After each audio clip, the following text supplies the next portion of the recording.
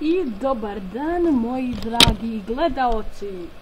Ovdje je još jedna epizoda Mr. Nemanjusa i danas ću vam pokazati jedan projekat koji je u toku u Visual Basicu i nisam izbacivao dosta dugo vremena svoje videe, jer trenutno, dada gospodo, radim na svom crtaču. Ja sam inače ovako kao hobi umjetnik. Radim na svom crtaču i do sada smo smislili skriptu, to jest scenario, i od sutra, znači ako je danas, čekajte, koji je danas dan? Nebitno, danas je, ne znam, od sutra krećemo da radimo stvarno crtač, krećemo da crtamo. U stvari ja crtam, a pomoći će mi moji najbolji prijatelji i sve to oko toga. Znači, u sljedeći, do kraja letnjeg ovog raspusta, znači u sljedeća 2 mjeseca, crtani će valjda, znači ja se nadam, da će biti završen, a ako kojim slučajem ne bude sad gotov, potrudit ću se da ga do početka u stvari drugog polugodišta osnovne škole, ja sam sad 8. razred, izbacim taj crtač. Evo ovako, sad ću vam pokazati dokle sam stigao u svom projektu. Ovo je, kao što vidite, moj novi kompjuter, to jest laptop je, pa sam ubacio kao neki XP u njega i napravio sam neke teme, vidite koje je to. Mogu vam pokazati kako napraviti da vaš kompjuter izgleda kao Apple ili nešto tako, OS X ili Ubuntu ili Linux. Šta god želite, samo mi ostavite u komentare. Eto, čuli.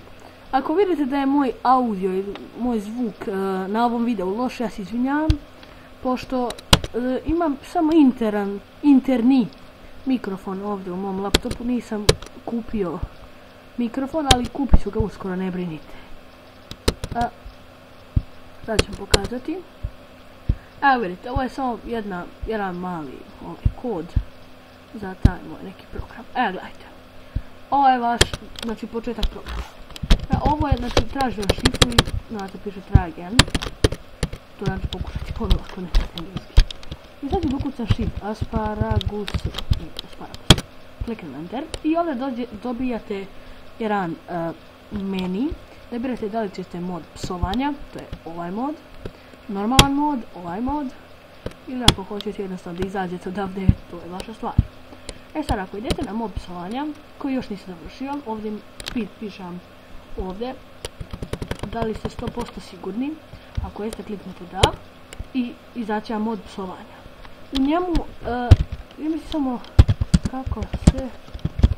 ja mislim samo da ova 24.000, samo mislim da ovo jedno pitanje je ugrađeno u njega, ali u normalnom modu, sad ću vam pokazati,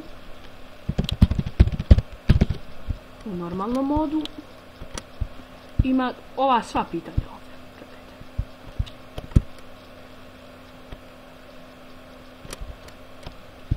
Ova ovdje, sva pitanja koja su ovdje.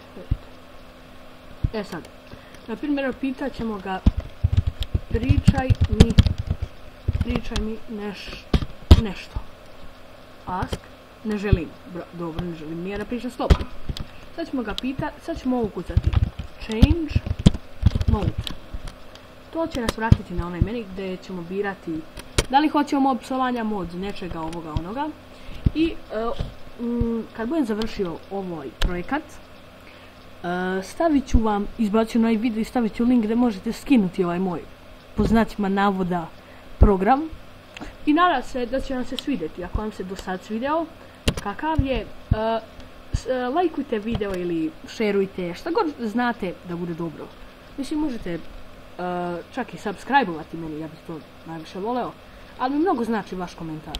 Znači, recite mi šta ne valja u ovom videu, šta je loše i šta bi trebalo popraviti, osim mene.